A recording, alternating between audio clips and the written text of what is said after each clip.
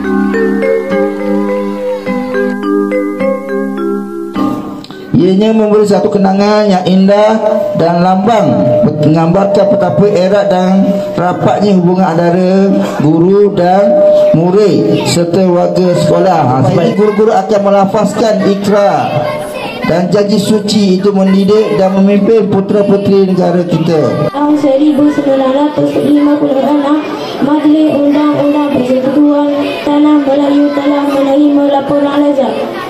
Ya Rahman, Ya Rahim, Ya Allah, sesungguhnya tugas sebagai guru adalah tugas yang mulia dan murni. Bahawasanya kami guru-guru negara Malaysia dengan ini berikrar mendukung terus cita-cita kami terhadap ditumpahkan setia untuk negara kita, panduan hidup kami semua di bidang pembangunan, kami tetap bersama.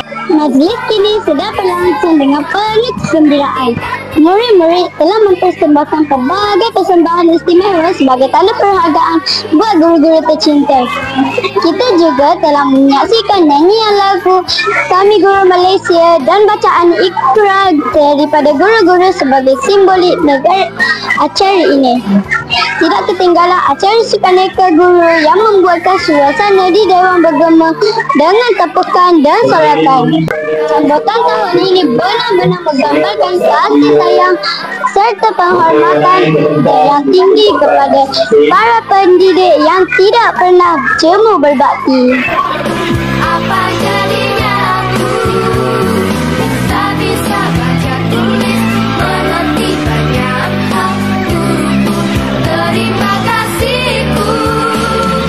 Guruku tersayang, cinta tanpamu apa jadinya aku tak bisa baca tulis mengerti banyak hal. Guruku, terima kasihku.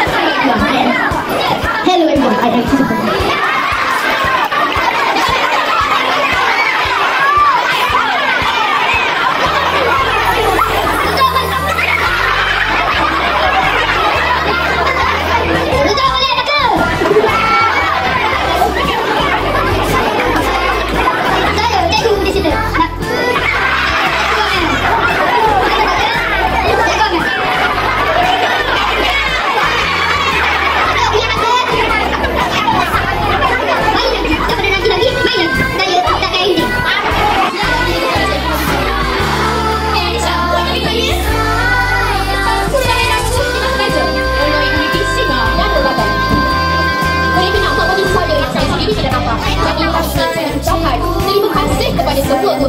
Sekian, terima kasih. Bumi mendoakanmu, semut di sarang dan ikan di lautan pun sama mendoakanmu. Tak mungkinlah kami tidak menyayangimu, maka hari-hari kami doakanmu. Ya Allah, ampuni cikgu-cikgu kami, berilah mereka syurga tertinggi. Begitulah kemeriahan sambutan Hari Guru di SK Duyung. Hari ini bukan sahaja tentang perayaan, tetapi juga tentang menghayati jasa guru yang telah mendidik dengan penuh dedikasi. Semoga sambutan ini menjadi kenangan yang bermakna buat semua warga sekolah dan menguatkan lagi hubungan antara murid dan guru. Terima kasih atas segala jasa dan pengorbanan. Kerana guru, kita semua berjaya. Sekian sahaja laporan saya, Aisyah Aidina binti Muhammad Khairi dari SK Duyung, membawa berita dari sekolah kepada semua. Selamat Hari Guru. Kami semua sayang.